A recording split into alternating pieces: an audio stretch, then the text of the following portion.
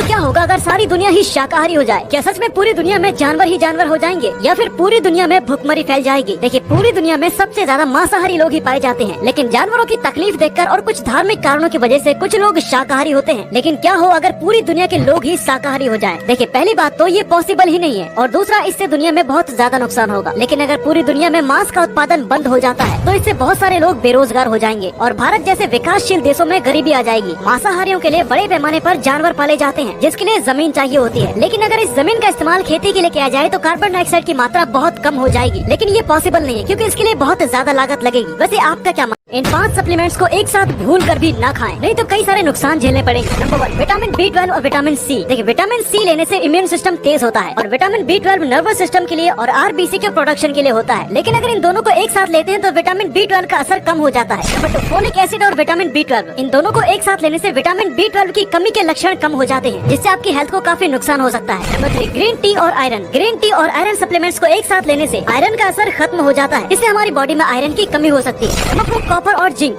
Copper दिमाग और nervous system के लिए अच्छा होता है जबकि जिंक ट्रीटमेंट के लिए। लेकिन कॉपर और जिंक को एक साथ लेने से जिंक की कमी हो सकती है। नंबर 5 मिनरल्स के साथ कैल्शियम। अगर आप कैल्शियम के साथ जिंक, मैग्नीशियम और आयरन लेते हैं तो इससे आपकी बॉडी में कोई भी फायदा नहीं होगा। बाकी अच्छा